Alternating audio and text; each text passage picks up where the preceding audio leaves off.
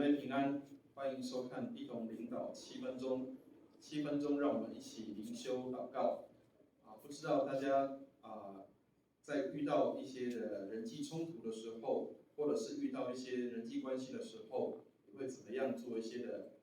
处理，或者是你会怎么样去面对？我记得曾经听过这样的一个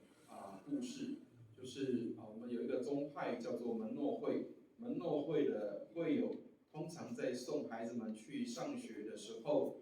除了会告诉孩子们要用功努力念书以外，他们最常告诉自己的孩子的一件事情，就是要跟学校的老师、跟同学、跟你身边的人要有美好的关系，要有好的相处，要有美好的这样的一个人际的关系。所以这个门诺会他们相当的重视这个人际关系的部分，或者甚至是他们认为在跟人的交互应对的当中，应该是带着和平的。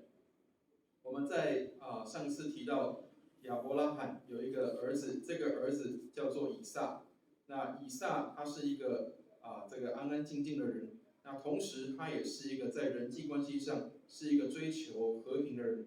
如果我们看到圣经里面提到以撒，当他在搬任何的地方的时候，因为他们是游牧民族，所以他们必须要在每个地方要挖井或者是打井。对于游牧民族或是对于这些放牧的人来说，水井是一个相当重要的资源或是资产。但是事实上，在当时在一个弱势的一个这个家族或家庭，你寄居到别人的地方去的时候，有可能会遇到一些人际关系上的冲突。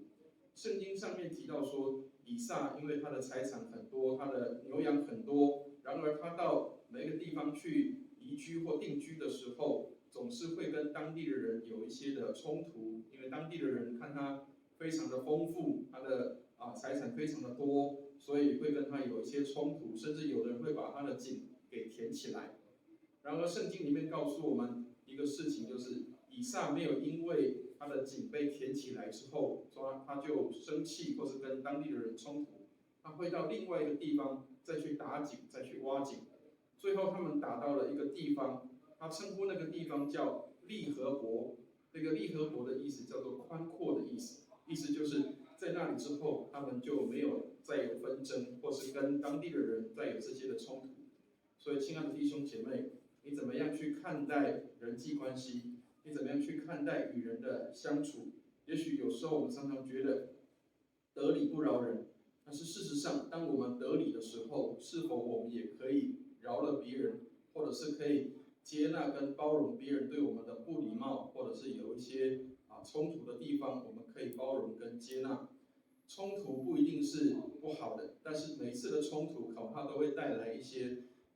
极大的冲击。如何去解决面对人际的问题，这是智慧。愿上帝帮助我们，让我们有人生的智慧，知道怎么样跟人相处。在遇到冲突或者是遇到一些的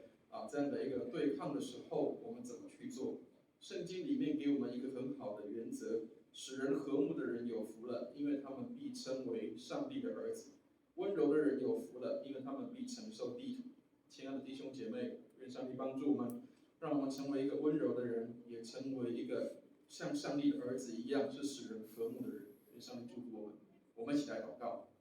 亲爱的天父，愿你帮助我们，让我们能够成为一个使人和睦的人，也能够成为一个温柔的人。让我们无论在哪里，你的恩都在我们的当中，让我们的人际关系能够有和平，让我们在与人的相处当中是用温柔来对待别人，也让我们身边的人看到我们的好行为，将荣耀归给我们在天上的父。谢谢主，垂听我们的祷告，奉耶稣基督的圣名，阿们。